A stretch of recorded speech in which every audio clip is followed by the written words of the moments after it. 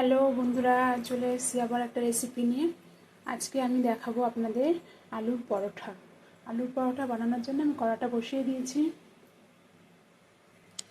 কড়াতে তেল দিয়ে দিয়েছি। এবার কেটে রাখা পেঁয়াজ আর কাঁচা লঙ্কাটা দিয়ে দেবো। পেঁয়াজটা আমি ছোটো ছোটো করে কেটেছি, সেটা দিয়ে দেবো। এবার পেঁয়াজগুলো আমি এভাবে ছোটো ছোটো করে কেটেছি, কাঁচা লঙ্কাগুলো আমি ছোটো ছোটো করে দিয়েছি। দিয়ে পেঁয়াজটা একটু লাল লাল করে ভেজে নেব। এদিকে আমি আলুটা সেদ্ধ করে আগে থেকে এইভাবে মাখিয়ে রেখে দিয়েছি। পেঁয়াজটা এরকম হালকাই লাল হবে। এবার সেদ্ধ করে রাখা আলুটা দিয়ে দেবো। সেদ্ধ করে রাখা আলুটা দিয়ে দিয়েছি। এবার আমি মশলাগুলো এর মধ্যে দিয়ে দেবো একে একে। মশলার মধ্যে আমি স্বাদ অনুযায়ী লবণ দিয়েছি, সামান্য 1 চিমটে হলুদের গুঁড়ো আর সামান্য 1 চিমটে কাশ্মীরি গুঁড়ো লঙ্কা দিয়েছি। এবার ভালো করে ভেজে নেব।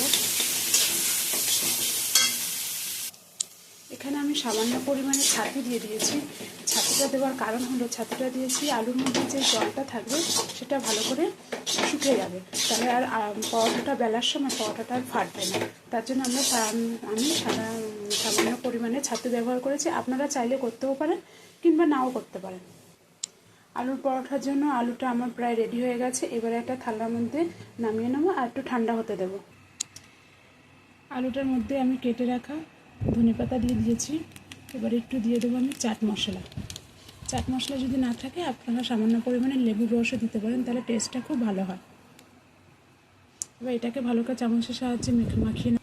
এদিকে আমি আটাটা মেখে এইভাবে লেচি কেটে নিয়েছি। এবার এর মধ্যে আলুর পুরটা দিয়ে বেলে নেব। দেখুন এইভাবে আটাটা আমি খুব নরম না, খুব আবার শক্ত না, মিডিয়ামে রেখেছি। এই যে এইভাবে আমি আটার মধ্যে আলুর পুরটা দিয়ে দিয়েছি। এবং মুখটাকে মুড়ে দেবো, দিয়ে তারপর আমি বেলে নেব। হালকা হাতে বেলতে হবে, বেশি চাপ দিয়ে বেললে আলুটা বেরিয়ে আসবে।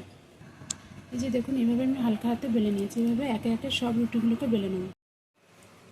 পরোটাগুলো সব বেলে নিয়েছি, এবার ভাজবো, তার জন্য তাওয়া বসিয়ে দিয়েছি। চাটুটা গরম হয়ে গেছে, পরোটাটা দিয়ে দিয়েছি। এইভাবে দু পিঠটা উল্টে পাল্টে ভালো করে ভেজে নেব। এই পরোটাটা করার জন্য বেশি তেল লাগবে না। হয়ে গেছে, এবার নামিয়ে ফেলবো। সেকেন্ড পরোটাটা দিয়ে দিয়েছি। এভাবে সব পরোটাগুলো ভেজে নেব। রেসিপিটা আমার কীরকম লেগেছে অবশ্যই কমেন্ট করবেন। আর কে কে এই আলু পরোটা খেতে ভালোবাসে সেটাও আমাকে জানাবেন। রেসিপিটা যদি ভালো লেগে থাকে তাহলে একটা লাইক, শেয়ার, কমেন্ট আর সাবস্ক্রাইব করে দেবেন। Thank you, by.